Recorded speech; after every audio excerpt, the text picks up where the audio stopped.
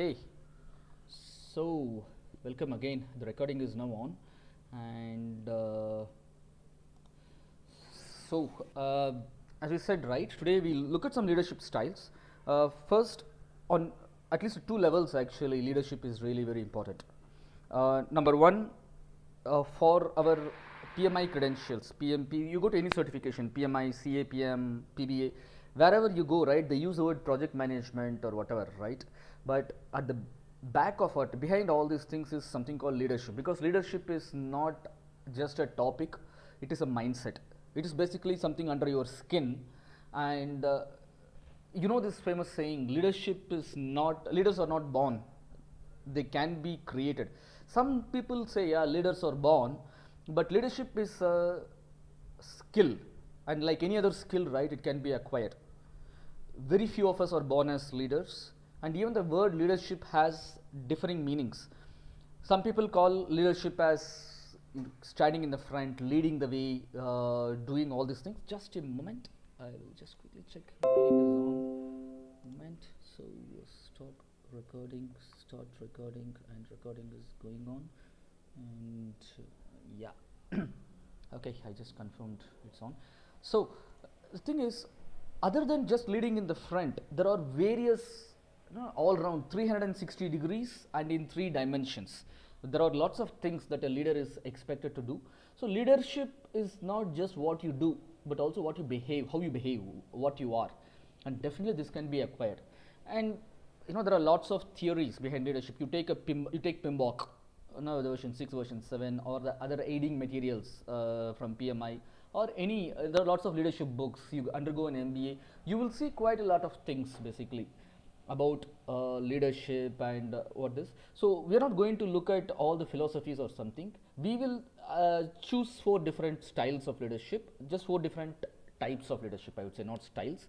And only at a very high level we will go through them, and we will not go very deep into every single one of them, because it's a very vast topic.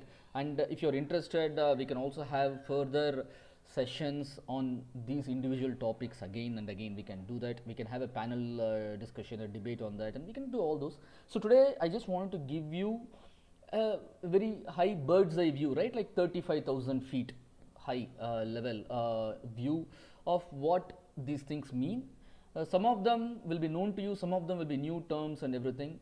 So we will look at that, and if you have questions, you can just stop me along the way, and we can. So there are 4 different things we are going to look. First, we will talk about what servant leadership is.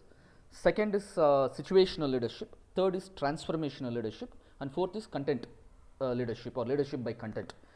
And say servant leadership is a very hot term, because PMP is becoming more and more agile, and the ACP is already agile, right? So agile world, servant leadership.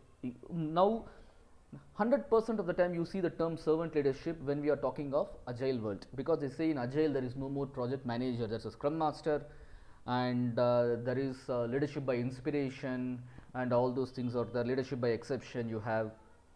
And they say command and control is gone, the hierarchical leadership. Now it is servant leadership. So yeah, all of us have heard servant leadership. If you are working in agile, definitely you would have heard. Even if you are not working in agile, you would have heard of servant leadership a lot. So what is this thing? These look opposite terms, no? Servant and leader, they are at the opposite ends. So what exactly is servant leadership? Some of us know what it is, some of us think we know, but we are not clear because there are conflicting things. So let us demystify what this servant leadership is. I have got some slides. They're not my own slides. I have got it from different sources and compiled them. So that's a disclaimer. Actually, I have also given references where necessary. And it's also not comprehensive. It touches upon some aspects. And then comes situational leadership, where they say, depending on the situation, depending on how ready your followers are and how capable they are and everything, you change your leadership style from situation to situation. Then you have transformational leadership, because transformational leadership is a beautiful term. I will give you some examples from real life and everything, so that you will not forget what transformational leadership. It's a very beautiful topic. And then finally, leadership by content, especially in companies like Bosch and lots of other product companies, right? They talk of this leadership by content, because the situation has become now that we have lots of generalists and lots of specialists. So specialists go too deep into the technical area, generalists they touch upon a little bit everywhere. So the question is, where do these two people meet? Because even people who are hardcore techies, right, they have to do some leadership. Whether they may never manage people, but product management means again managing different aspects of the product and managing the people, leading the people. So you cannot escape leadership, be it project leadership, product leadership, business leadership, people leadership. Even the techies need leadership. On the other side, managers also need to know a little bit of the content, right? What they are the people they are leading, whatever those people are working upon, whatever product is being managed and developed, the leaders have to know some content. So this is basically technical or content leadership, where you lead by content, where you don't seek respect from the team members because of your position, but because of the content you have, and because of the grasp of the content that you have. So we will look at all these things. So and then we can have a free flowing discussion also, and we will end this session with some tips about how to gather PDUs, some tips, and how to record your PDU claims, right, on the PMI CCR system. So is the screen visible to all? Are you seeing the screen? I'm sharing my desktop. Yes, Bhuvan. Okay. Yes, Yes. bro. So let us be an interactive session. Please answer. You can unmute yourselves and generally keep yourselves on mute. But if you want to give some comments, need not be only questions. You have questions, comments, criticism. Sorry, I don't agree with you, Bhuvan. I really want to stop you here. Please unmute yourself, ask me, or type on the chat window also. Yeah, we will check. So it's interactive. So first question: what is your idea of a leader? Generally, what kind of leader do you want to be? And there is no right or wrong answer. Do you want to be a leader who wants to be goody goody to everyone, who wants to be at the service of your team members, or you want a leader who wants to be respected, maybe because of your power, content, and whatever it is, right? You want people to obey you. There is no right or wrong answer. Nothing to feel ashamed of if you say I want to be a command and control leader, because sometimes not situational leadership, sometimes you have to command and control people.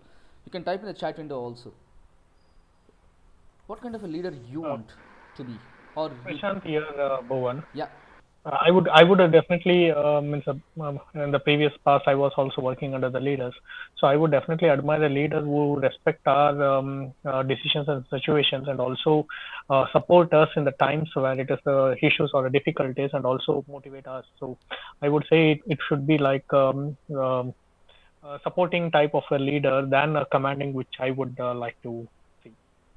Beautiful, beautiful. That's actually a very good reason actually why we need to be serving our team rather than the other way around. Wonderful, Prashant. So anyone else has either a contradicting view or a same view? Yeah. Hi, So everyone. This is. yeah. Please Sorry, go ahead. please go ahead.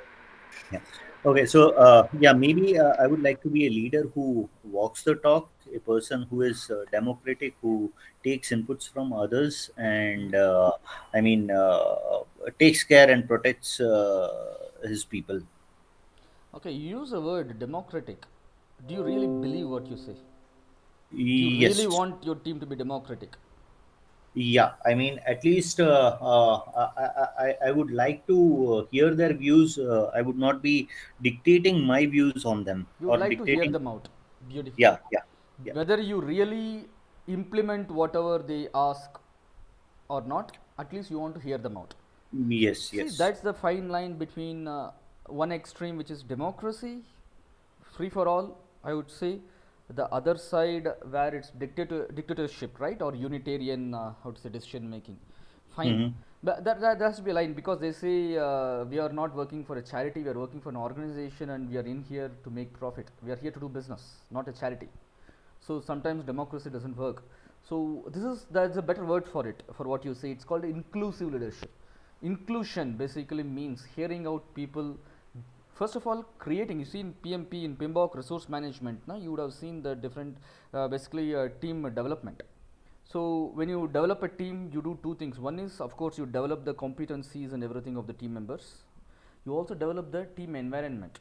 And a team environment, a really good team environment, is where basically you create a fearless situation, you create an atmosphere where people feel free to express themselves in terms of work, in terms of their words, thoughts, everything, right? That is basically inclusive leadership.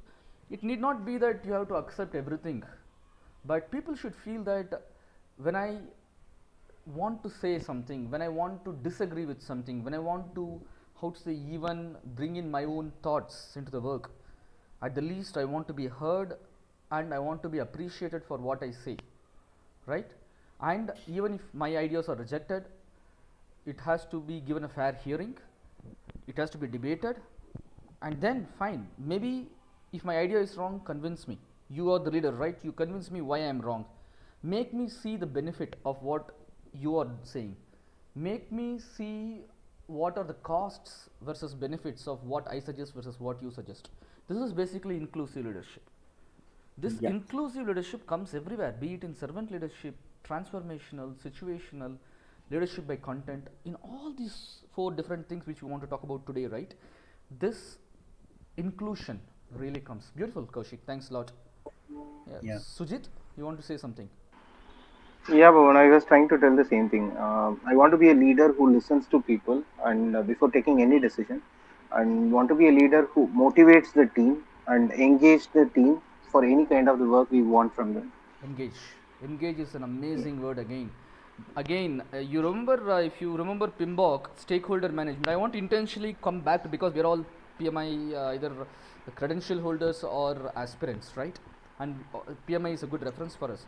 In PMBOK, in stakeholder management, no, knowledge area, do you remember actually the words? There is no management, there is engagement, stakeholder engagement, right? Yeah. Plan stakeholder engagement, and then what is that, manage stakeholder engagement, or what is it called?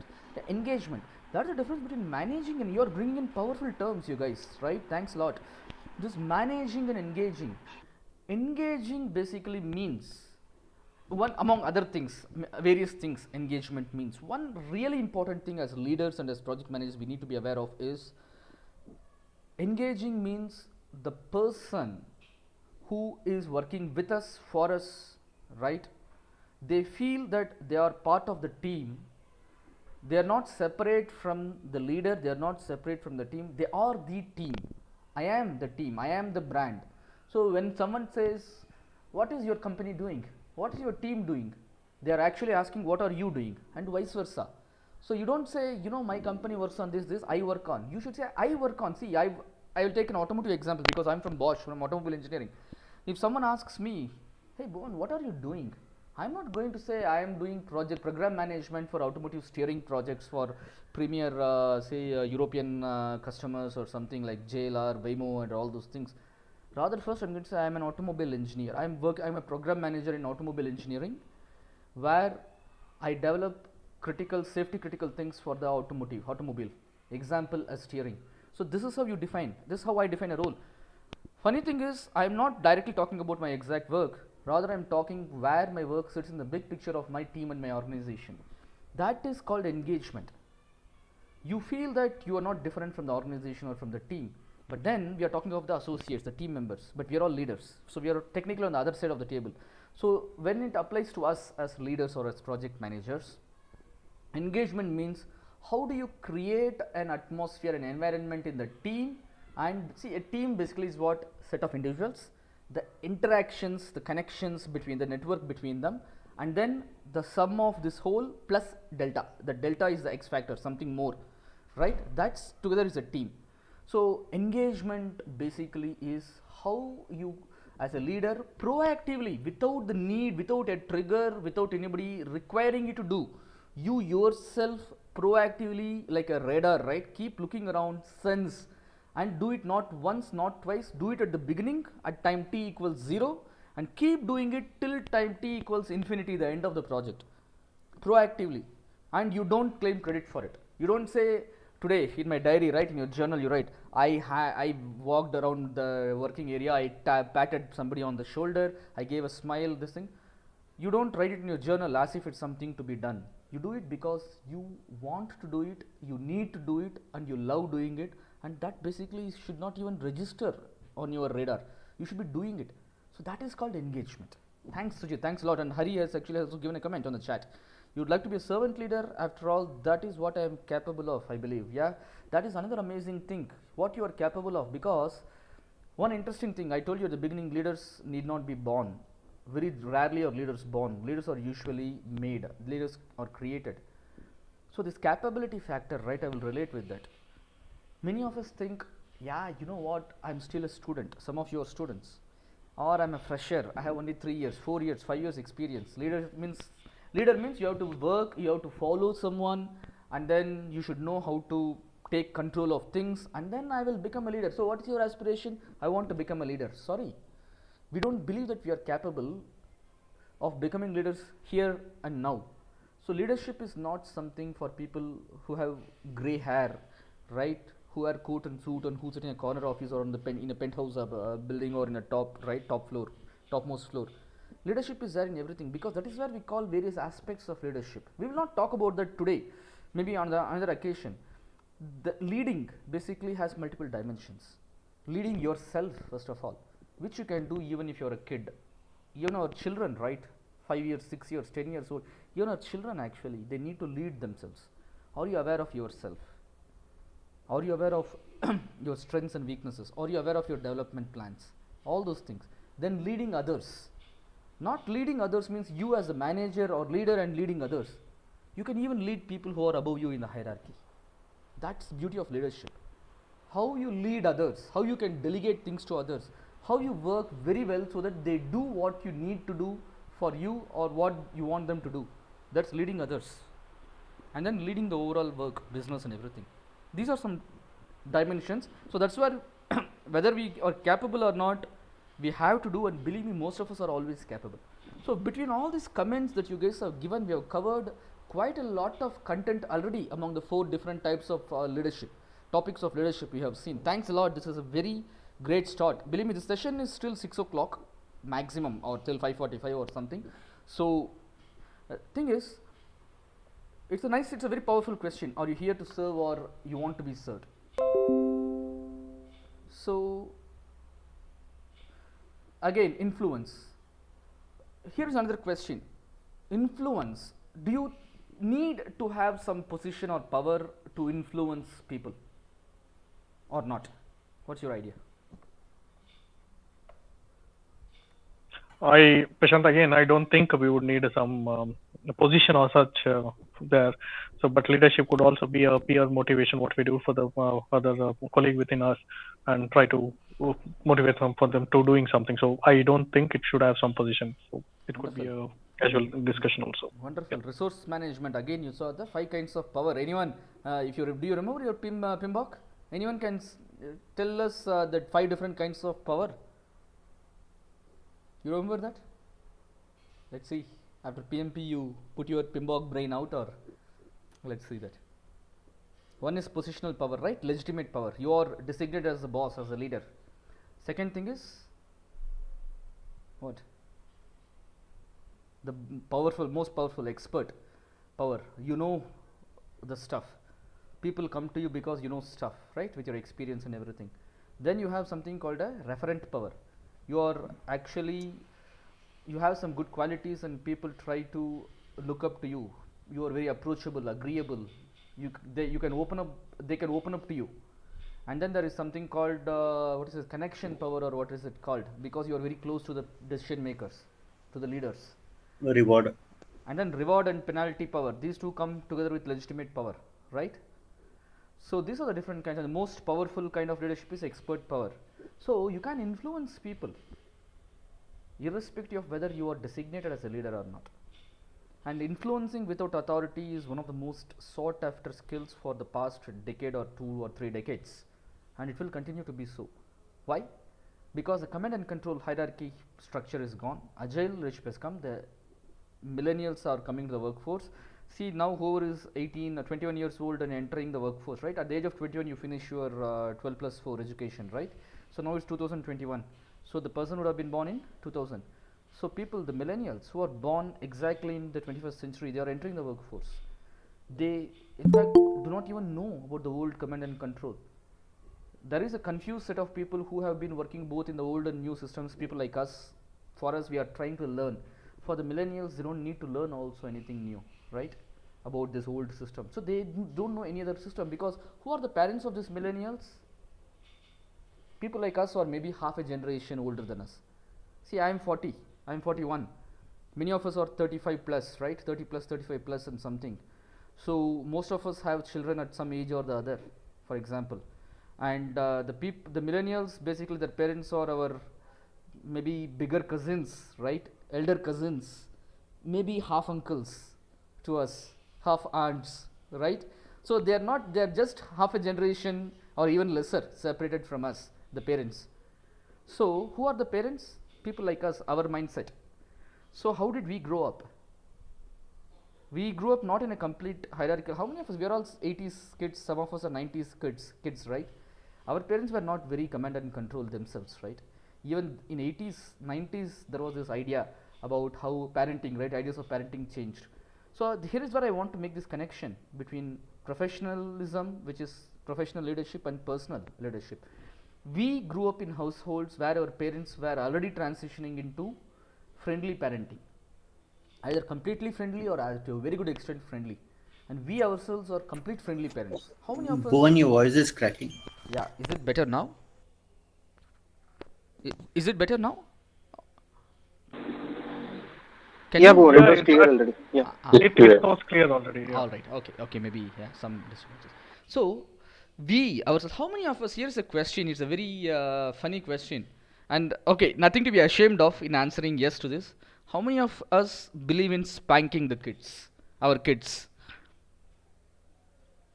You believe in it? Say yes. You don't believe? Say no. You can type. You can, or you want to pour out your mind and scold me. You can unmute yourselves and scold me also. Maybe a situational based decision. Wired, Who yes. is that cruel parent here? Prashant? Okay, fine, noted. Good. Very good. Yeah, situation. See, even I feel like spanking my kid many times. He is now almost 10 years old. I feel like I should really thrash him like anything, but then I control my urges. Not because of any stupid parenting nonsense, but because we are not that kind of people who will, right? We are not this thing. So the worst thing I do is I turn my tone very sternly and tell him, I use his full name rather than any sweet name. I tell him I use his full name and look at him. He understands. So that's the maximum we go, right? So we are already at a personal level, we are all friendly parents, right? So why will we be unfriendly managers? We can't. You can't switch back and forth between one mindset and another mindset when you step out of your office, right? Or step out of your home. You cannot be a beautiful, friendly parent at home and a harsh manager at office.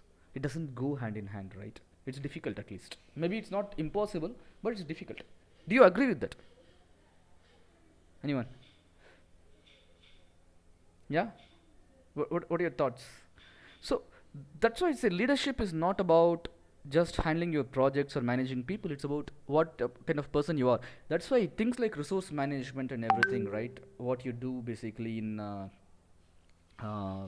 at office, right? In what you study in PMBOK also, right? I always say when I tell people when I am training people on this resource management topic, it's not just growing the team, it's also about you growing personally as a human being and as a leader. So resource management is a beautiful opportunity not to grow your organization alone, but to grow yourself. So you should be willingly taking up leadership positions whenever the opportunity presents itself. That's where this capability part, like Hari has typed, right? Capability part comes there only. So leadership is influence, amazing, and ability to get things done. So getting things done and doing things are two different things. You want to roll up your sleeves, get your hands dirty and do the task. Sorry, you're not a good leader. Dumping the tasks on someone and not caring, also you're not a leader. So this delegating, right? We know delegating basically means grooming people who can be tomorrow's leaders. By delegating them, you're not giving up your responsibility. It is still your head on the platter. If things go wrong, you are still responsible for it. But you also give the person to whom you're delegated the freedom, the respect. You don't delegate something and then go stand on his or her toes and say, do it that way, do it that way. You want to, for things to be done your way, you can do it yourself. You are not going to micromanage. But at the same time, I have delegated to you. I'm not going to look at you again. I'll come after 10 days when the task is going to be done. I'm going to then blast you if you're not done. That's also not delegation. So getting things done is about identifying, first of all, the source of leadership, of influence, of any kind of leadership, servant leadership or anything, is to get things done The first thing is the source is you wanting to grow leaders. You wanting, for example, to be the kind of leader who develops more leaders. Because the first task of a leader, people have asked me, people ask us, what's a leader? We give lots of, you guys said no, lots of things. Leader means that, this. But the main task of a leader is to create more leaders. Like candles, right? From one candle wax you pour into another candle, you grow. That's it. At the end, this candle may be extinguished, no more, but it still lives on. It's like donation, organ donation kind of thing. So the first and most important task of a leader is to grow leaders. Where does it start? It starts from the will, the want, the need. You want actually to lead people and create leaders, and then because of that, like a radar, you keep looking all around about how to, what are the areas we can develop our people, identify the people, the right people, people at the right situations, and then you groom them by various things, right? Situational leadership, whatever it is. You throw them into the deep end of the pool, but then you have a rope with which you can drag them if they are drowning, and then they learn. So this is basically how you get things done. For example, so these are some examples. You see the one on the bottom left, not my job. You have seen lots of this not my job memes, right?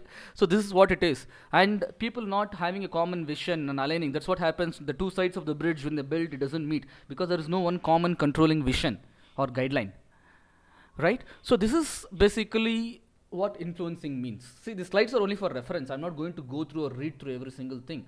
So these are some aspects. For example, politics. This is a very important thing also. See, these are all aspects in servant leadership. Servant leadership basically means servant and leadership. Serving. You cannot be a good leader unless you are a good follower, right? So that means servant leadership generally and also specifically in the context of agile organization means you believe that you exist only because of your team, because of the organization. I think one of you has to mute, but it's very nice. I think you have future leaders also in the call. That's good. Nice to listen. Yeah. So the thing is, the servant leaders, right?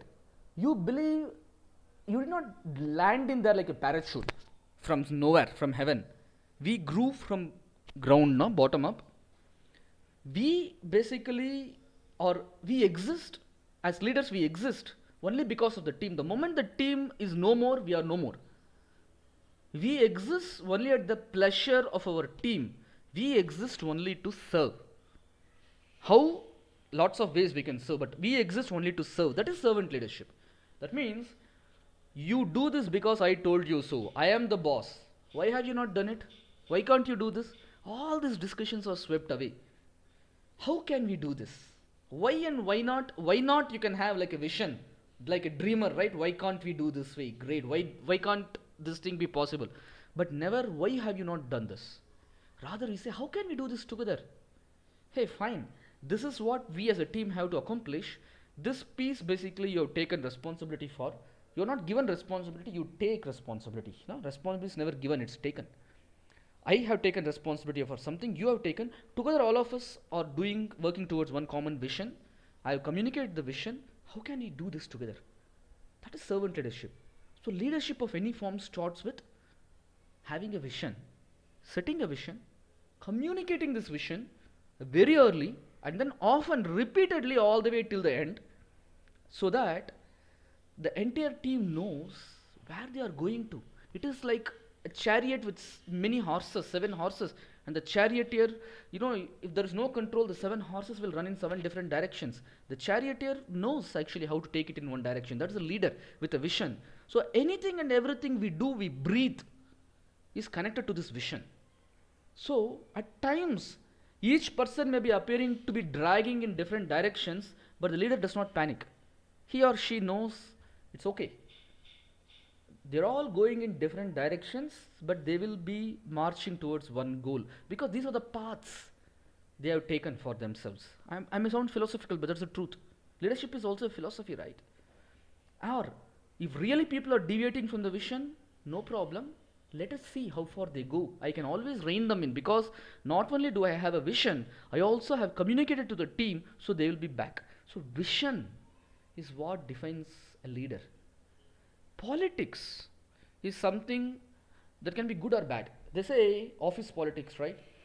There is no escaping from politics, and politics is not bad. There is a word for it also. It's called organizational savvy. Political savvy, it's a separate topic. Maybe we can have another session. I can talk a lot about politics, office politics, and everything. We can do that. But office politics is also for good. They say, there's a saying, in office politics, either you play the game or you are the game, right? So if you don't, if you cannot say I am an apolitical person. Sorry, you have to be political. Whether you use it politics for good reasons or bad reasons is left to you, but using politics for good reasons is another way of getting things done and influencing, right? So these are the basic things. Actually, we saw all these things. So how good a relationship means, what exactly defines? I will give you an example, another question now. Among all of us who are married, at least for all those of us who are married, how many of us have never had even a single fight with our spouse, husband or wife? Doesn't matter. Not even a single fight. You may be married for 1 week, 10 years, 20 years. Can someone say, yes, I have not had even one fight with my wife or with my husband? Okay, now I will slightly rephrase the question. There is silence, so I know the answer, right? How many of you have had at least 3? 3 is a very magic number. At least 3 big fights with your wife. How many of you have not had less than 3 big fights with your wife or husband? People who are married even for 6 months, I think you'd easily achieve this number. 3 big dirty fights, right, with your husband or with your wife. All of us have had. Now, how many of us have decided to divorce our husband or wife because of those fights? How many of us have divorced our husband or wife because of these fights? It's very clear we have had fights. Very clear we have had at least 3 bad fights. But none of us are divorced, right? So why? Because we try to adjust and we try to go with the flow. Okay. Okay. More answers? Go with the flow is bad, it looks, but it's okay. It's a very powerful concept, yes. But we are not in a marriage counseling tip session, but it's a very good thing actually. It's what it also happens in teams. So any other things, it's a beautiful thing. Go with the flow, adjust. Any other reason? I'm looking for one answer. The answer is actually on the screen already, but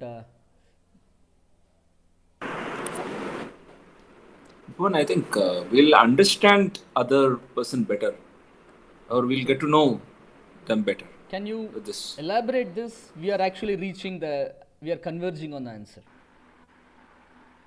All these things are correct. We are converging on the answer. Controlling. Very bad words. Relationship, to be better relationship. Relationship, yes. Somebody else. Eye opening. Eye opening, yeah.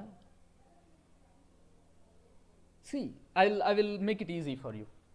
What is it, despite, right, us, see, we generally don't give up so easily. We express, the longer our relationship is, the more free we feel to say to the face, right? Early on in our marriage and everything, we are a bit diplomatic. But later, the real nature comes out, we say openly, I don't like this, this is wrong and everything. What is it that makes us talk boldly, fight, do all this nonsense with our spouse, but prevents us from going to the extreme like a divorce or something? What is it, that one factor? Maybe commitment. Beautiful, beautiful. Thanks. Commitment, Vijay. That's a beautiful word. Was it Vijay? Yeah, this is Vijay. Commitment, beautiful. And just we are almost at the right answer. Commitment and Collaborate. yeah, come on. Now you have gone back to organizational junk. No? All organizational nonsense. Collaboration. Commitment is a good word. Thanks. But wanting to be committed.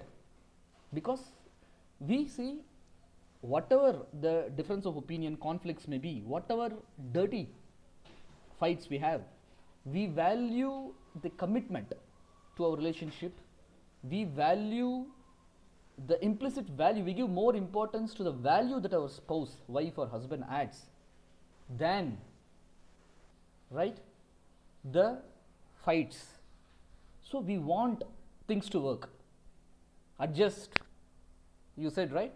So we want things to work out in the end because we are committed, we have a goal. That's exactly the same with servant leadership, with a team also, with a leader also. A leader does not say the team members have to be always happy. A good leader welcomes conflict. A good leader welcomes dirty fights, as long as the intention of the people, right, is to stay committed to the relationship, to the team. That is basically what leadership is. Servant leadership is a way of exhibiting that. So these are the differences, right? Management and leadership, what you see. For example, management is the hard skills. How well of a strategy you have, because there's a difference between strategy and vision. Vision comes from the heart, strategy comes from the brain, at least at a higher level. Vision is the one that necessitates a strategy. Vision is the dot at the end. Strategy is the path that we take, right? All these hard skills we gain and everything, that's management. Soft skills, you cannot have only one, you need to have both. But leadership grows. See, funny thing is, at the bottom of everything is real leadership. Having a vision, as I said, liking people, team dynamics working as one, culture basically. All these things together is what differentiates a leader from a mere manager. So basically these are the basic things. For example, you can read on the slides, I don't want to go through one by one. So in essence, for example, I'm looking at the time also. In essence, servant leadership basically means that you start with a vision, but you also believe that's not enough. You inherently believe that you are not at the center of the universe. The world does not revolve around you, but you are there basically to serve people who are actually at the center. Now translate it to agile teams. You have the concept of there are only 3 roles in agile. Can someone tell me what are the 3 roles in agile? Only 3 roles in agile team. Scrum Master, Product Owner, and team development. That's team. it. Yeah. There is nothing called tester, developer, integrator, whatever, foreman or whatever roles you have. There's only development team, there's Scrum Master, Product Owner. There's no project manager. The Scrum Master should be a servant leader. Even the product owner should be a servant leader, because the product owner is also having, he also has to work with the team, right? So Scrum Master, she also has to work very closely with the team. Maybe the servant leadership basically. There's a beautiful funny video, maybe later on our group, on our WhatsApp group I will post this video if I have not done it in the past. A beautiful YouTube video about a Scrum Master. A Scrum Master's role is basically to do nothing except to ensure the development team does its work and is able to do its work. Anything the team needs, you give. Anything the team does not need, you block. You stand as a shield between the team and the outside world. The team is protected from the outside. Some of you use the word protected beautifully in the some time back. You stand as a shield and you protect everyone, the team basically, from outside influences that will prevent them from doing the job they are intended to do. That is servant leadership, one aspect of servant leadership in agile teams. And maybe let's see, actually this is another thing. So we say, rather than I say so, you do it, the language becomes we have to do something. How can we do it together? Come, let's put a hand on the shoulder. How can we do it? So that basically is one aspect of servant leadership. I told you, right, skill is something hard skills. We have soft skills, but skill is basically something that can be acquired and can be developed. But you cannot acquire or develop anything unless you want to, and that want comes from the heart. That's the mindset. So it all starts with a mindset. This is the right way to do. I want to do it. I want to be a good leader, and then you go and seek out the skill set. So this is basically what servant leadership is all about. All these lists you can see basically. You would know all this. No need to no need to talk about all these things, right? Empathy, selflessness, humility, everything. So there is one interesting word, authenticity and integrity. There are 2 words. Can someone tell me what's the difference between authenticity and integrity? Anyone? I know I can see many of you are already leaders in your own right. Can you tell me the difference between authenticity and integrity? Authenticity means not faking up, okay, showing the genuine concern, or okay, and whereas integrity is being Beautiful, fair and equal. beautiful, beautiful. Authenticity is basically, do you even believe what you say? That's authenticity. There are different terms. Some of you may not agree with the exact words, but the difference is authenticity means, do you first of all believe what you talk, what you say? Only if you believe in whatever you say, I can believe in you. Integrity is a development of this authenticity, walking the talk and believing, doing the same thing time and again consistently. So integrity Even is if nobody is watching it. even if nobody is watching it. So basically, there are two sides of the same coin, authenticity and integrity. They're not much different. Yeah, I know it's very difficult to differentiate between them, it's nuances, but integrity is something bigger. For example, do you really walk the talk when nobody is watching? So this is basically mindset of, but we are using the word servant leader a lot, but even in any kind of leadership, all this what you see here, right, they're all important, even if you are not basically how to say, a servant leader. So there is no other kind of leadership, there is only servant leadership. So these are the different skills basically you need. Most of that you will find in many people's CVs. Tell me, does anyone of you have in your CVs, or other way around, is there any word here, at least one word you will be using in your CV, right, in your resume or CV? Is there anyone who does not use even a single word from this list? Anyone? Bhuvan, in my CV I have not even one word from this list. Anyone? No one, right? So only so because we have persuasion, listening, at least these two words I have repeatedly seen basically. Stewardship.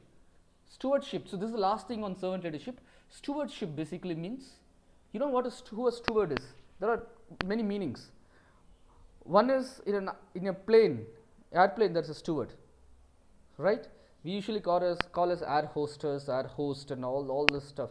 But a steward is one. The most important role of a steward is when things go wrong, he or she is the calming influence and guides. Stewarding means to guide people, guide teams, guide actually in times of storms. Some of you are Harry Potter fans. How many of you, so not Harry Potter, Lord of the Rings, my mistake, Lord of the Rings. In Lord of the Rings, you know, the steward of Gondor, you see, you know, in part 3, Return of the King. How many of you remember that? So you know the difference between a steward and a king. A steward is someone who keeps the ship afloat when things are bad, when a leader is missing, or when things are bad. A steward is one who guides. So stewardship is something that's really important, and commitment. You commit that I'm interested in the personal growth of professional growth of my people, and that's basically commitment. So these are the different things basically when you talk of, for example, servant leadership. So that's it actually. So I can actually share all these slides and everything to you. I can put up these things on the group. So these are the different how to say skill sets basically you need. So, and yeah, the rule of 10 basically it means, this is something I really love. At the end of everything, a real leader or a servant leader, right, they don't see people as bits and pieces, they see them as a package. They don't take people individually and say, hey, you are good in this area, I will grow you. You are good in another area, I will grow you in this. They see everyone as a package, 10 out of 10. They believe that everyone deserves to be a 10 out of 10 kind of person, and whatever you don't have, you lack in your skill set, it is only a gap actually that can be bridged. So they don't see them as individuals but as packages. So this is basically, these are different aspects of servant leadership. I know it is not comprehensive. We can even keep discussing for another 10 hours or something, right? Days together. Of course, I welcome you for a debate or discussion also whenever you want. I don't know, some of you are on Clubhouse like me. So if you are interested, we can meet on Clubhouse also for a debate on these leadership topics. Just let me know, we will share. So this is servant leadership because there are at least 3 different other shorter topics actually, leadership types we wanted to see. Any questions quickly before we go to them? Bhuvan, I just had one question. Yep. So just wanted to check, if we are actually, probably wanting to grow people who are not directly reporting to us, right? So it could be more like, they don't have that reporting kind of relation, but then you still want to kind of groom them, right? So is there a typical style that we need to follow, That's or where does servant it? leadership comes. Why do you think servant leadership is talked about so much in agile? Because in agile teams, very rarely people report. Yes. There is no project manager, there's only a scrum master, and Hmm. people don't report to scrum masters. They are picked and chosen and assembled for a period of time, for the entire duration of the scrum sprint, or for a release or something. So why should people, but the scrum master is the one who is the steering influence. So why should people trust each other and trust someone like a scrum master when they don't even report to him or her? They need not. So how does a scrum master achieve that? That's why the word servant leadership comes. Even our kids won't see. There's a saying: when you tell your kid something, it will not listen. I'm using intentionally it, he or she, right? The kid will never listen to anything you say. 100% of what you say, your kid will not listen, but it will imitate everything you do. Silently, it will observe you, and it will have you as your role model. It will do. That is what in transformational leadership we will see. So this is basically how leadership behaviors are influenced. So there is one more thing you are saying here, like leading up, across, down. It's 360 degrees in 3 dimensions. Because when you are a servant leader, you have to be a parent, you have to be a child, you have to be a peer, a friend, a good follower. You have to be everything all round. That basically is servant leadership.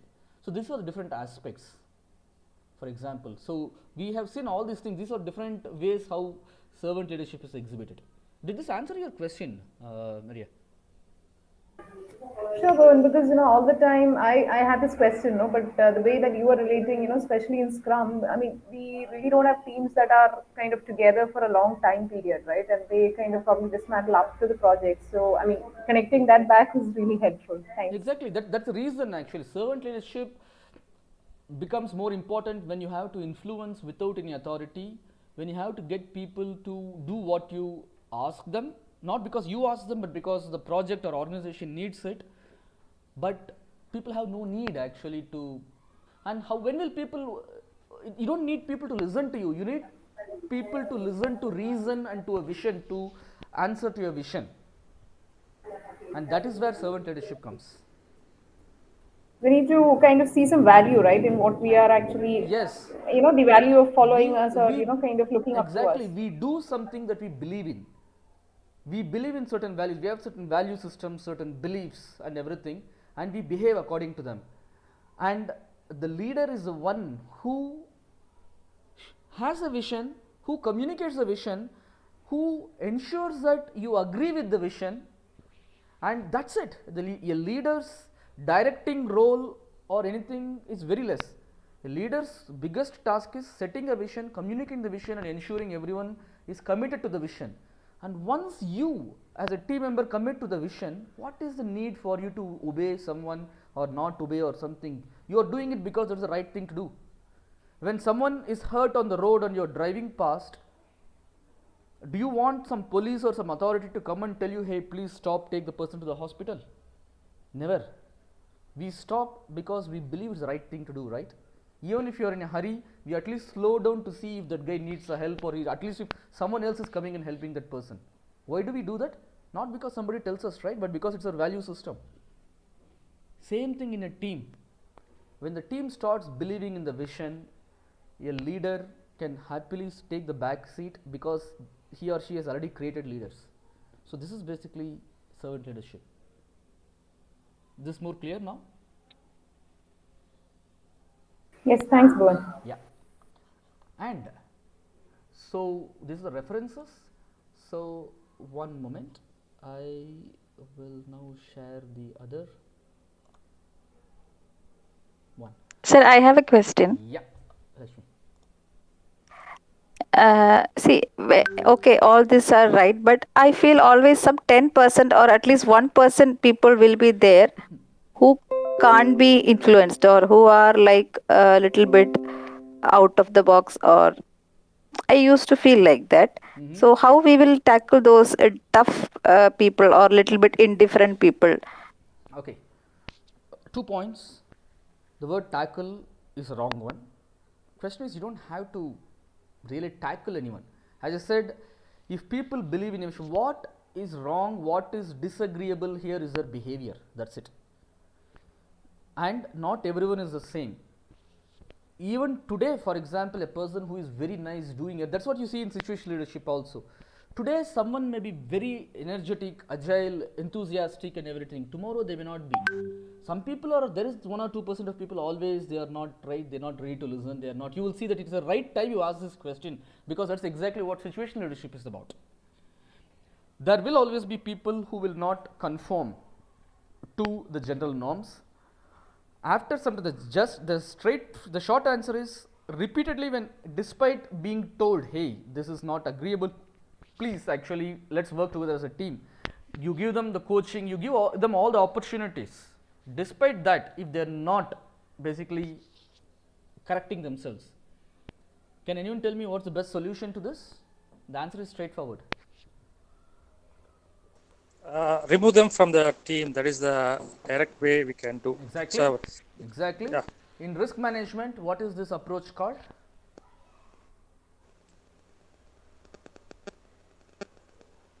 All of us are PMPs, or no, we are aware of PMBOK.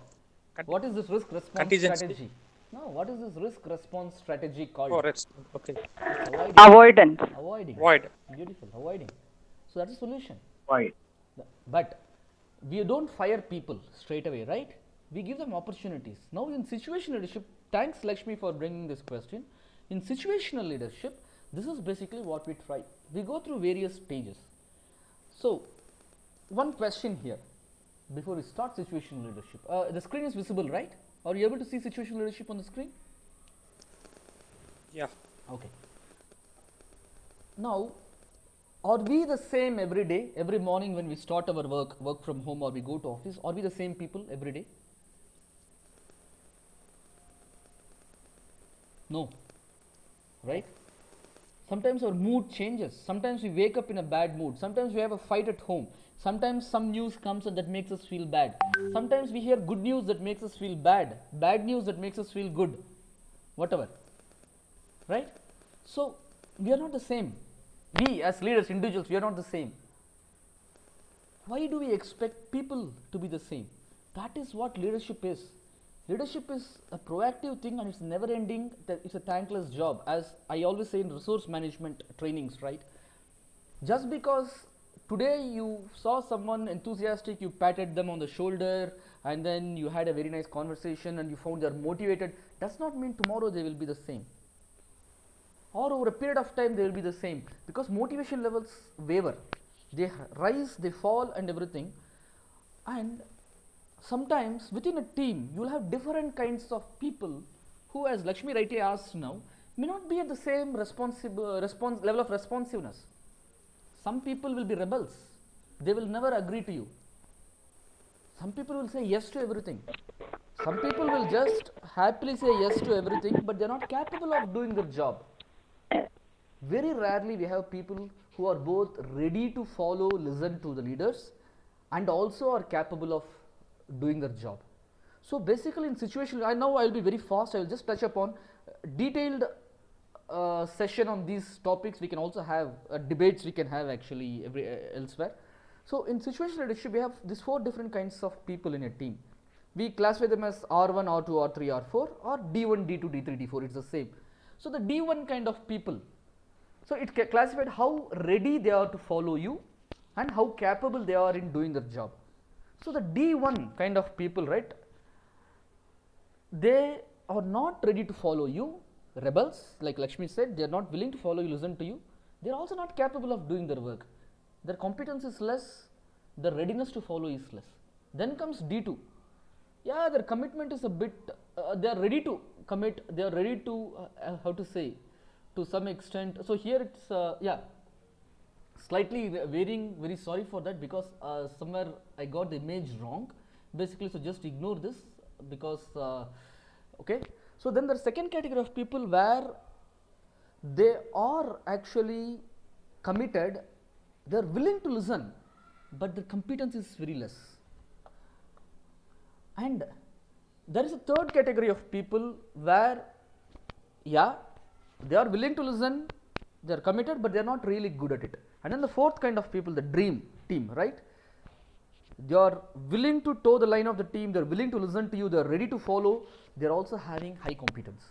So how you handle these four people, that is what situational leadership is. In each situation you will have a different approach. For example, take the first kind of people where they don't want to listen to you, they are also not having the competence. You will do something called directing. Directing basically means ordering, leading. That means do it. Example, sometimes some freshers, sometimes a problem child they call it, they call them, sometimes the rebels. I am not saying always all people stay at the same level, different situations. In a situation where the person who you work with, whom you are leading, they are not ready to follow you, they are not also having enough competence, you direct them, you take decisions. Who takes decisions? You take decisions for them, you enforce it. Sometimes it's needed. Servant leadership will not work. This is the kind of servant leadership, it's like taking the stick for the benefit of our own child, right? That's directing. Then you have the second kind of people who are willing to listen, but the competency is not very high. So what you do, you coach them. Coaching means you identify the gaps in their competence, and then you create regimens, plans for them, you guide them, because they are willing to listen to you, so they don't know what to do, right? This second. Third kind of people, very good level of competence, very good level of readiness to follow you, them you basically have to support. So in the second kind where you coach, still you take the decision, but you don't unilaterally take the decision like for the first kind of people. You let them know this is why you are doing, you make them understand, and then you take a decision. The third kind of people, it's equal, either you or the team member, because the team member is also committed to a good extent, competent to a good extent. So either one of you can take the decision, or even better, you let the team member take the decision and you support wherever needed. And then the fourth kind of person who is highly committed, highly competent, what will you do? You delegate. Which I told you what delegation means. You hand over the responsibility to that person. At a high level you say what is needed, why, the vision, why, the purpose, why is something needed, what is expected, the deliverables, step out. Just put your thermometer once in a while to track what is going on. Let the person exercise his or her creativity, whatever they want to do, however they want to do. Let them put their style, because they are grooming them as leaders. Only management by exception, only when there is a need you step in, and then package it. This is called delegation, and here the decision is taken purely by the team member. Even if it's the wrong decision, you let the person take the wrong decision and let them suffer, because that's the best kind of learning. As long as it does not spoil the targets of the team, it's still fine. So these are the four kinds of situations where you will have different kinds of leadership. One is called directive behavior, where you are more task oriented. In directive behavior, your concentration is on tasks, on goals, the management part. The other aspect is supportive behavior, which is relationship based. Here you care about the person individually, professionally. You worry about your relationship with that person. So you care in any situation, whether you care about the task being achieved or the relationship being maintained, and you do leadership according to that. So this is situational leadership. Any questions here? I know I was a bit fast, but we have very less time actually. That is why I wanted to go through, because today's concentration was mainly on servant leadership. This is I want to show you what are the different things. You can Google them. You can also ask me later. Yeah. Any questions here in situational leadership? These sometimes are questions in exams, any PMI exam also, if you need. Any questions? This is a little bit confusing. The diagram, the I know. directing I coaching. will give you better diagrams I can share on the group, on the WhatsApp group. Thing is, the S1, situation 1 na bottom right, it is for people who are not ready to follow you, also don't have the competency. They will neither listen to you nor they can do things by themselves. Them you have to be a bit strict directing. Then there are people who basically want to listen to you, but poor guys, they don't have the skills. So you can tell them what to do, you can coach them because they will listen, but they need coaching because they don't know what to do, they don't have competence. Clear? Is this? Yeah. And situation 3. Yeah. Yes. Venkatesh here. Yeah. In a simple terms, can we call it a skill and will matrix? Skill will. Yeah. Beautiful. The Yes. skill will. Skill is competence, will is readiness to follow. And S3 basically, as I said, yeah, they have good levels of both, but that means they can take decisions, you need to tap here and there, support them. And the fourth is you can give the responsibility to them directly. They have high skill, they have high will. Beautiful, it's called skill will. Thanks, Venkatesh. Yeah, I forgot that term. Good. Yeah. Yes. Vijay, clear this one? Yeah, that's clear. And the next type is called transformational leadership. It's a very huge thing, but I'm going to talk only about very short about this thing. Transformational leadership. Now I'll give you an example. Those of us who have children, do we remember the children when they were 1 year, when they were baby, when we held them as babies in our hands? And when they were in the early days, do we remember their face, how they looked like and everything, maybe from photo or from our own memory and everything? Do we remember them? Yes. Today they have grown up, they are 3, 4, 5 years, 10 years old. Now, as a thought experiment, you sit back and think, hey, this baby whom I held in my hand is unrecognizable from the baby, my son or daughter who is now 10 years old. Have you ever had this discussion with our spouse, with our husband or with our wife? Surely you would have had, right? Is this our kid who has grown up so much? How many of you have had this discussion? How many of you have asked yourself this question? Is this the same kid that I held so many years back in my hands? Unrecognizably the kid has grown. Yeah? Yes, true. Not discuss, but we used to think. We used to think. Sure, yeah. Now, you want to say when the kid became slightly older to reach this, will we be able to pinpoint? Never. For those who have not seen the kid for a long time, they see them suddenly, they say, hey, the kid has grown suddenly. But for us as parents, we see them every day, we don't realize they have grown. So what the outsiders see is a change. What we see is a transformation. Imagine you draw a circle. You know, in software, in computer, when you draw a circle, it's a series of small lines. You have seen drawing a circle, it's not a smooth line. Sometimes in olden days we draw small lines. You come close, you can see the small lines, sharp lines. But when you see from a distance, it's a smooth line. Do you realize what I am talking of? So the small lines that change to make a circle, that is what changes. But the bigger picture, when you see from a distance, a smooth one, that's a transformation. So growing from a caterpillar, do you ever see a caterpillar slowly growing wings and becoming a butterfly? Never. So you see a caterpillar and then you see a butterfly.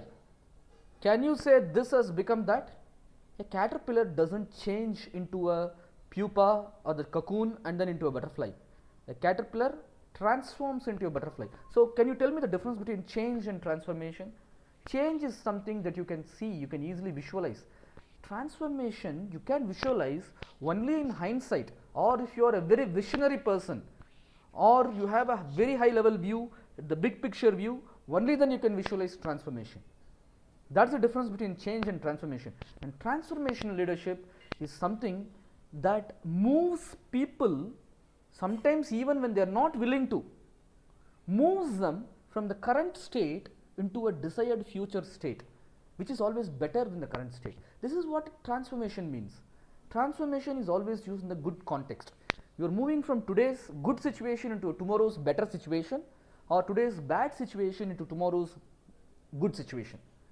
So this is transformation, and transformation leadership is, are you able to know the difference between a change and a transformation? Are you having the big picture? You cannot see. Can you imagine, okay, your kid is 5 years old 5 years back, were you able to visualize this is how your kid will turn out to be in 5 years old? No. I'm not talking about the physical appearance. It's even the behavior wise. So, you should be visionary. Sitting in your cubicle today, you should be able to visualize how your team and organization will be there in 2 years, 3 years time in the future with very little data to go by. There are no more data driven decisions. You need to know the big picture. You need to know the strategy of the organization. You need to have a vision, and you need to align every single thing you do, every breath you take, every step you make. You have to know that it's aligned with your vision and strategy, which is not easy. And that is the beauty of transformational leadership. You change, you transform the team from today's current state into a future desired state by having a vision, and when no one else can see, you can see that. But to do that, there are 4 major kinds of person you need to be. One is, you can be a role model. It's called idealized influence. This is the example I gave about kids. 100% of what you tell your kids to do, they will never do. But 100% of what you do as a behavior, what you are, they will observe, they will imitate, and they will do. That is called role model. The kids take after us. We are the role models. So you can be a leader who walks the talk, who does not talk much, who is the way he wants and that he wants a team to be. Then there is something called inspiration. Inspiration is a kind of role model, but they also do certain things. They stir people, basically. One moment. Okay, they can you still hear me, guys? Am I still there? I got it. Yes, sir, you're audible. I'm audible, yeah. So, they inspire the team. That means the team does not need to be pushed constantly. They accept the vision. They not only follow the leader, they also follow the vision, and they motivate people.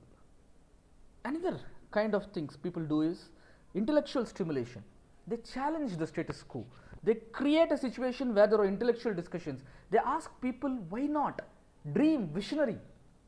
Why can't actually we do this? Why can't we innovate? Why can't we be creative? Can we do this? Hey, can we do this? Why don't we do this? Come on, let's try. They keep stimulating the team into creativity. And then the 4th kind, they give individual consideration to team. They show to you that they care about you individually. You are not one among the herd. They take personal care, personal interest in you, and then they grow you. It can come in many forms. This is called individualized consideration. These are the 4 I's, 4 ways a leader should behave in a transformational leadership. For this, there are 5 different traits. Quickly saying, these are the 5 different. Some of them may appear bad, but they are also, for example, used in a good sense. For example, neuroticism. It's connected with emotional intelligence, emotional stability. All of us have our discomforts. We are uncomfortable. We are not always happy, right? We are unhappy, jealous. We have our own misgivings. I am afraid of a lot of things. You know, I have the fear of failing exams. I take lots of exams. I told you this year I had taken 2 major examinations. One from PMI, one from our company. I have fear of examinations. I talk to people about my vulnerability. I tell them I fear failing. I wake up sometimes from my sleep assuming that the examination day has gone by and I have failed the examination. But I don't mind talking about that to people. So neuroticism is where you have your own discomforts. You don't mind talking about that to people, but one moment. So, you don't mind, one moment please, I will just switch my phone off because I have WhatsApp connected in my phone and yeah, I will switch my phone off. So, this is neuroticism. Second thing is extraversion. It's like extro, but it's extraversion. Extraversion is you are going out like an extrovert, but you also inspire people by going out a lot, by embracing people. For example, sometimes it may appear as you are attention seeking, but you are so garrulous, you are so excited, and that is basically sticking to the team members. And then there is openness to experience, they call it. They say, you know, I don't want to judge things, let it come, it's okay. So, say, Bhuvan, actually something is wrong. we have to be careful, I'm afraid we may fail. It's okay. You know what, the best we can do is to plan for it, to prepare for it, prepare for the worst, hope for the best. If at all it happens, let us see, let us experience. I am open to experiencing things. It's okay. Another thing is agreeableness. People want to come and talk to you. They don't think, I don't even want to go into my boss's cubicle, right? Always, whenever I go, he will ask me something, he will make me feel down. No, you should be agreeable to people. Agreeable is not always you should do only good things. They say, if you want to be liked by everyone, you have to sell ice cream. That's it. You can't be a leader. But that's a different thing also. Agreeable means you should have created an environment where people are free to come to you for consulting, for counseling and everything. That's a good leader, no? Mentor. Final thing is conscientiousness. Conscientiousness basically means the inner value that you have certain principles, you abide by those principles, whatever situation, your behavior will not deviate from those principles. It's wrongly understood sometimes as perfectionism, workaholism and everything, but they say, I am a conscientious dissenter. For example, when war and everything, right, Vietnam War and everything came, many people said, I will not fight in the war, I will not be drafted into the army. You have your own principles, and that's a good thing as a leader. Whether people like it or not, you have principles and you stick to them and you work towards them. So we can have detailed discussion on that on another occasion, but these are the 5 different traits of a transformational leader. Any questions before we go to the last short segment on content leadership? I know these are all I'm running through this a lot, but by now you would have got a very good idea about what are these terms, at least, so you can start your learning in that and grow in that. Yeah. Any other questions? Anything specifically you want to?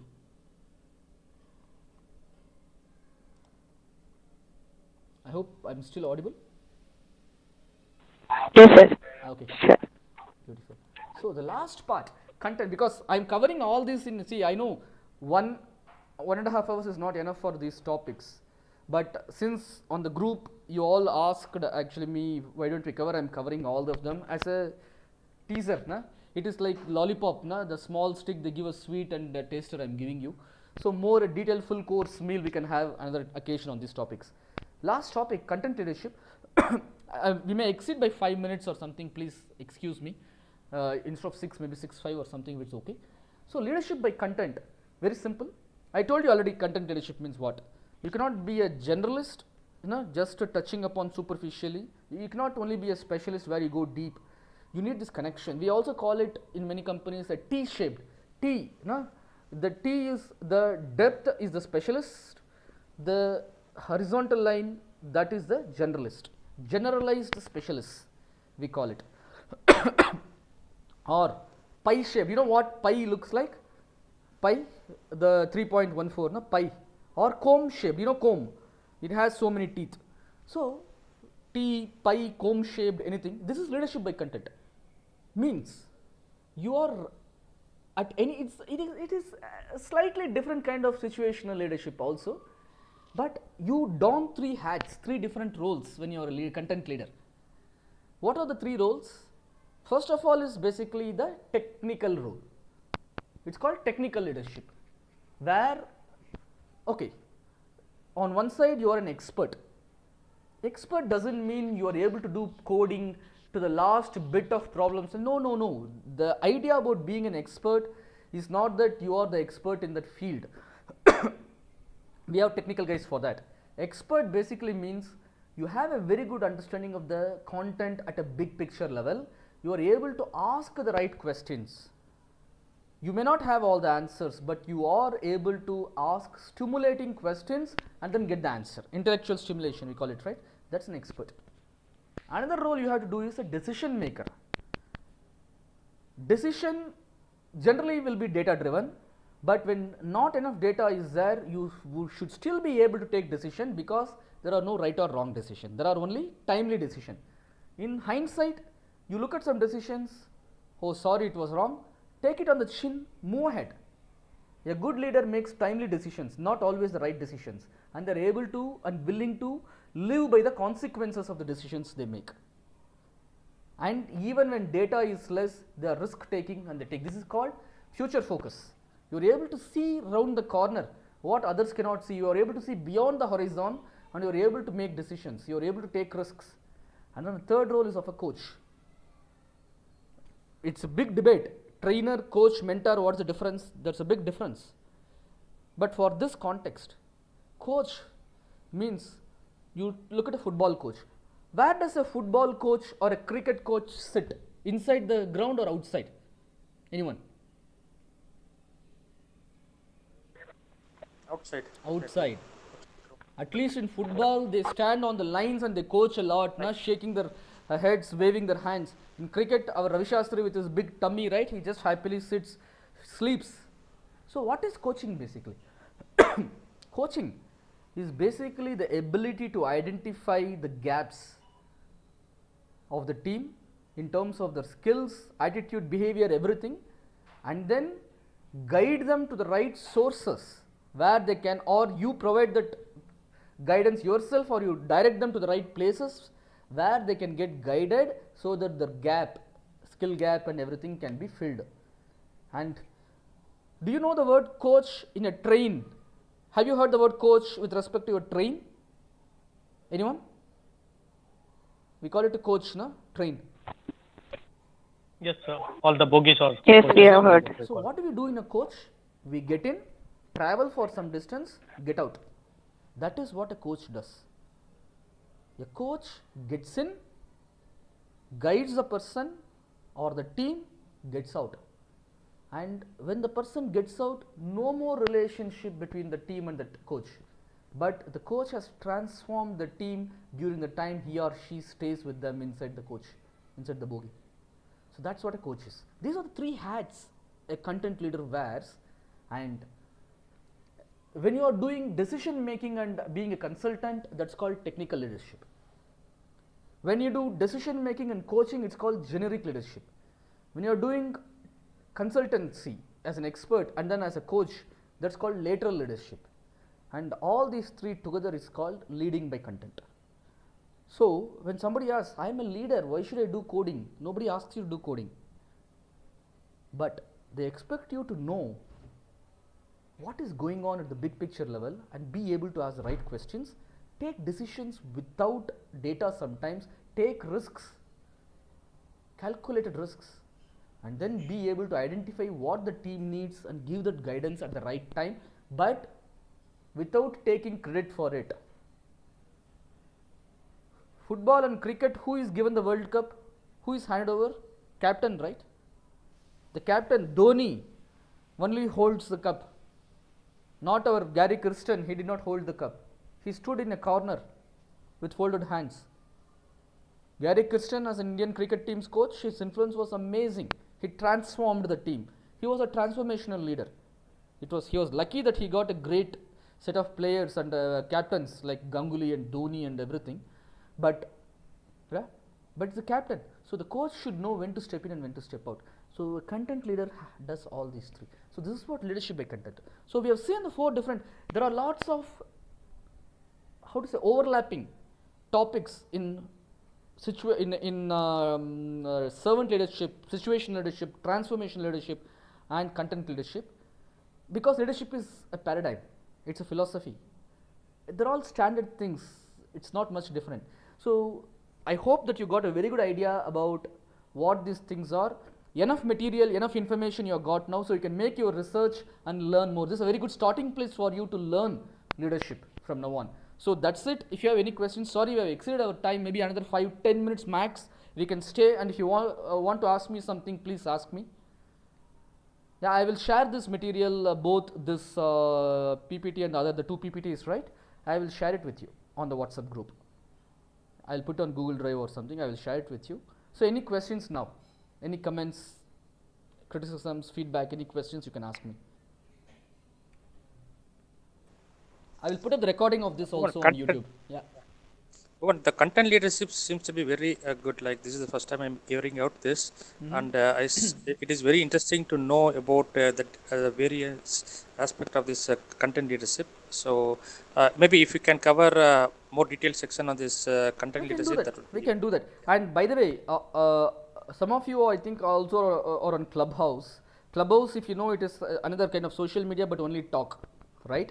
Chat. So if you're interested, please let me know. Sometime back I put a message also on our WhatsApp group about Clubhouse memberships. So we can have discussions once in a while where we can have free flowing debate, right? If you know about the how Clubhouse works, we can discuss there also. No slides, of course, we can discuss, please. Yeah, and I can conduct some more sessions specifically on these individual topics. We can, why not? And I'm going to copy paste again the link to our YouTube channel for those of you joined now. It's now on the chat. Please subscribe to the channel, like the videos, share it widely with people, publicize it so more people can get benefited. Yeah, good. Thanks for the feedback. Yeah, so anyone else, any other questions? Yeah, Bhuvan, I think Varadaraj here. Hey, Arjun. Thanks a lot, I think, for considering this content leadership. I think I actually posted this in our WhatsApp group to consider this. Thanks for considering this. No issues. Yeah. I think it was you pretty much covered all the four leaderships. I think it was really a good insight, I would say. For me, at least the transformational leadership was new because I did not know the different traits of it. It was also an eye opener for me. You can Google Yeah, it and also. overall, Yeah. I think this is good. Hmm? After a long time, I think we restarted again this It's good. I want to do weekend it. session. Yeah. I was occupied with Yeah, my own so exams and everything till last week, so I did. But understood. let's do it again. Let's restart because this is called project management, but project management and leadership go hand to hand. And yes, you may be a PMP already, but doesn't mean that we should stop our learning because it's let's do that. And those of you who are going to write PMP, please let me know if you need some special sessions on PMP topics. I can do it. And this YouTube channel what I gave has lots of recorded videos on our previous sessions on various PMP topics, so please go through them. There are lots of useful videos there. Yeah. Yeah, thank you, Bhuvan. I think for the session, and also congratulations to you Hey, for being a Bosch certified project manager. no problem. Welcome. Thanks a lot. Yeah, Bhuvan, Yeah. Venkatesh here. I'm also Hey. a Boschler and completed PMP last year. Wow. Actually, regarding this RKPMQ, what you have recently gone through, it would be good. How was your experience, and then I can do what that. In kind of fact, things they are? we are Yeah? very soon. People who are not from Bosch, please excuse me. Just a very 1 minute I will take on this. We are going to conduct experience share sessions on our this thing. On MST, we already have a good study corner that Satish has started. We will do that. We will do on that. Please look out for messages on CopyM. Right?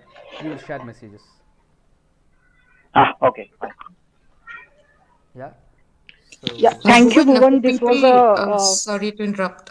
Bhuvan, for people who are pursuing PMI, ACP also, if there is any group of people who definitely. can have a like, a study group or something to have keep in tab and try to finish it by March. Is there anything that we can help each other? We Just do let me have know. sometime back on our PM VRTTA WhatsApp group I posted some messages saying that ACP we will take it to Telegram because the discussion will be like sort of mixed up. So same PM VRTTA we also have on Telegram group. I will post the link to the Telegram group, but I'm seeing whether we should have it in one place. I will share the Telegram group link. Yeah, if it is in one place, it will be more coordinated. If it is in multiple place, I missed it out. It was there in Telegram. You see, No it issues. just I shuffles. will do that. 1 second. Who is this, by the way? Sorry, I was not looking at the My name is Vidya. Vidya. We Vidya. spoke like Yes. multiple Yeah. times. Yeah. Vidya. Yeah. I was not having the Google I am Meet not from link open. Bosch though. I know. Yeah. No issues. Maybe I will quickly stop the recording just in this thing, and then we can Yeah. continue the Thank you discussion. so Those of much, you. Pawan, though. Yeah. No problem. Thanks a lot, guys. 1 moment. Yeah. Thanks.